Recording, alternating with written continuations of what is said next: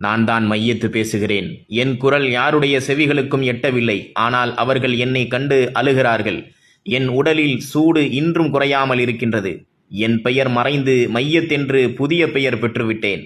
உயிரோடு இருந்தபோது என்னோடு பேசாமல் சென்றவர்கள் இன்று என் உடலின் முன்பு நின்று நல்லவராய் இருந்தார் என்று சொல்கிறார்கள்.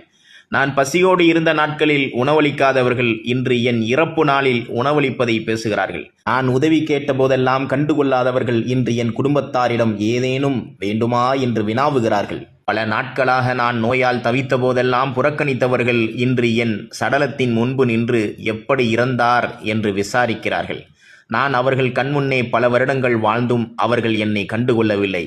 ஆனால் இன்று இந்த பிரேதத்திடம் நீங்கள் நல்லவராய் இருந்தீர்கள் என்று பாசாங்கு காட்டுகிறார்கள். வாழும் நாட்களில் என்னை துரோகம் செய்து கேடு பேசியும் சென்றவர்கள் இன்று என் ஜனாசாவின் முன்பு நின்று மன்னிப்பு கேட்கிறார்கள். போதும், நான் செல்லும் நேரம் வந்துவிட்டது. இதோ வானவர்கள் அழைப்பு என்னை நோக்கி திறக்கிறது. உலகில் என் ஆயுள் முடிந்தாலும் என் இறைவனின் அருளால் நான் நிம்மதியுடன் மறுமை வரை உறங்குவேன். இன்ஷா அல்லாஹ். உயிரோடு நடமாடும் பிரேதங்களே, யாரையும் பகைத்து கொள்ளாதீர்கள், யாரையும் இழிவுபடுத்தாதீர்கள், கடுமையாக பேசாதீர்கள், மனிதர்களை மன்னியுங்கள். அதன் மூலம் நீங்களும் உங்கள் இறைவனிடம் மன்னிக்கப்படுவீர்கள். உலகின் குறைகளை உலகிலேயே விட்டுவிட்டு நல்ல சொற்களால் வாழுங்கள். நான் சொல்கிறேன்,